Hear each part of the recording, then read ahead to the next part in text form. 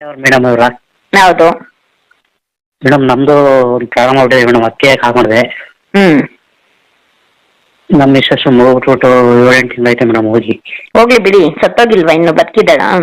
ಬದುಕಳೆ madam, hmm. But ಕೋರ್ಟಲ್ಲಿ ಅಲಿಸ್ತಾಳೆ, ಅದೇ ನಮ್ಗೆ ಹಿಂಸೆ ಆಗಿದೆ ಮೇಡಮ್. ಹ್ಮ್.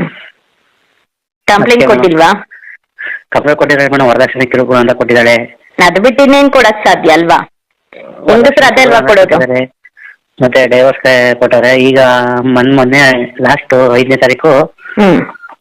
ಜೀವನಾಂಶ ಕೊಡಬೇಕು ಅಂತ ಕೊಟ್ಟವಳೆ. ಹ್ಮ್. ಏನಕ್ಕಂತೆ ಜೀವನಾಂಶ ಕೊಡ್ಬೇಕು? ಅವಳಿಗೋಸ್ಕರ ಮೇಡಮ್. ಆಯ್ತಪ್ಪ, ಜೀವನಾಂಶ ಏನಕ್ಕೆ ಕೊಡ್ಬೇಕು? ಸಂಸಾರ ಮಾಡಿದಾಳ, ಮಕ್ಕಳನ್ನ ಸಾಕಿದಾಳ, ಏನಕ್ಕಂತ ಜೀವನಾಂಶ ಕೊಡ್ಬೇಕು? ಕಣ್ಣು ಕೈ ಕಾಲು ಎಲ್ಲ ನೆಟ್ಟಿಗಿದೆ ಅಲ್ವಾ ಅವಳಿಗೆ? ನೆಟ್ಗೆ ಇದೆ ದುಡ್ಕೊಂಡ್ ತಿನ್ಲಿ ಬಿಡಿ. ಬಟ್ ಲಾಯರು ಲಾಯರ್ಗೇನಪ್ಪ, ಲಾಯರ್ ಫೀಸ್ ಬೇಕು. ಜೀವನಾಂಶ ನೀನ್ ಕೊಟ್ರೆ ಒಂದ್ ಅರ್ಧ ಕಮಿಷನ್ ಲಾಯರ್ ಅಪ್ಪ ತಿಂತಾರೆ, ಅದಕ್ಕೋಸ್ಕರ ಲಾಯರು ನೋಟಿಸ್ ಕಳಿಸ್ತಾರೆ ಅಲ್ವಾ? ಮೇಡಮ್ ಮೇಂಟೆನೆನ್ಸ್ಗೂ ಕೂಡ ಅಪ್ಲೈ ಮಾಡೋಣ. ಈಗ ಜೀವನಾಂಶ ನಾವು ಬಂದ್ರೆ ನಾವು ನೋಡ್ಕೋತೀವಿ. ಮಕ್ಳು ಯಾರ ಹತ್ರ ಇರೋದಪ್ಪ?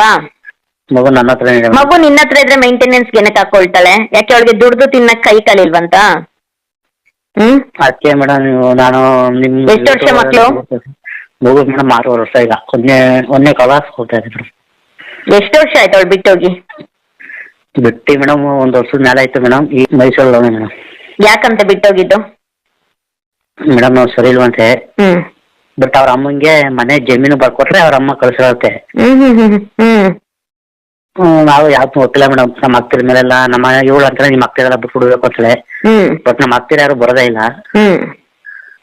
ಆದ್ರೂ ಅಲ್ಲ ಅಪ್ಪ, ಮದ್ವೆ ಆಗಿ ಮಗು ಹುಡ್ಸೋರ್ಗು ಚೆನ್ನಾಗಿತ್ತಂತ ಸಂಸಾರ.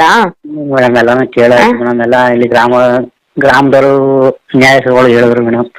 ನಮ್ಮ ಮಾವರು ಕೂಡ ಒಳ್ಳೆ ಮತ್ತೆ ಹೇಳಿದ್ರು. ಅವ್ರ ಆ ತಂದೆಯವ್ರವೇ ಹಂಗ 1 ಮಂತ್ ಕರ್ಕ ಬಂದ್ರು ಮೇಡಮ್. ಜೀವನದಲ್ಲಿ ಇಲ್ಲೇ ಇದ್ಲು 1 ಮಂತ್. ಇಲ್ಲಿ ಇದ್ರು ನಾವು ಕೆಲ್ಸಕ್ಕೆ ಹೋದ್ಮೇಲೆ ಕ್ಯಾರ್ಪೇಟೆ ಹೋಗ್ತಾರಲ್ಲ ಮೇಡಮ್ ಟೌನ್ಗೆ. ಏನ್ ಕೆಲ್ಸಕ್ಕೆ ಹೋಗ್ತಾಳ? ಕೆಲ್ಸಕ್ಕೆ ಮೇಡಮ್ ಆಗ ಹೋಗ್ತಿತ್ತಿಲ್ಲ ಲಾಯರ್ ಆಫೀಸ್ಗೆ. ನಾನು ಒಂದಿನ ಹಿಂದೆ ಫಾಲೋ ಮಾಡಿದೆ. ಲಾಯರ್ ಆಫೀಸ್ಗೆ ಹೋದ್ಲು. ಲಾಯರು ನಿಮ್ ಜೊತೆ ಇರಕ್ಕೆ ಇಷ್ಟ ಇಲ್ವಂತೆ, ಡೈವರ್ಸ್ ಬೇಕಂತ ಅಂದ್ಬಿಟ್ಟು ಹೇಳಿದ್ರು. ಆಮೇಲೆ ಅವರು ಮೆಚೂರ್ ವರ್ಕ್ ಡೈವರ್ಸ್ ಮಾಡ್ತೀವಿ ಅಂದ್ರೆ ನಾನು ಇಲ್ಲ ಸರ್, ನಾನು ಲಾಯರ್ ನನಗೆ ಬೇಕು, ನಾನು ಕೇಸ್ ಹಾಕ್ತೀವಿ, ನಾವು ಇದು ಮಾಡ್ತೀವಿ ಅಂದ್ಬಿಟ್ಟು ನಾನು ಒಬ್ರು ಲಾಯರ್ ಇಟ್ಬಿಟ್ಟು ಬೇಕು ಅಂತ ಇದು ಮಾಡಿಸ್ತೇನೆ. ಏನ್ ಕೆಲ್ಸಪ್ಪ ಮಾಡೋದು ನೀನು? ನಾನು ಮೇಡಮ್ ಪರಿಹಾರ ಮೇಡಮ್ ಪಾಸ ಕೂಡ ಇಟ್ಕೋತಿದ್ದೆ. ಎಷ್ಟು ಸಂಬಳ ಬರುತ್ತಪ್ಪ?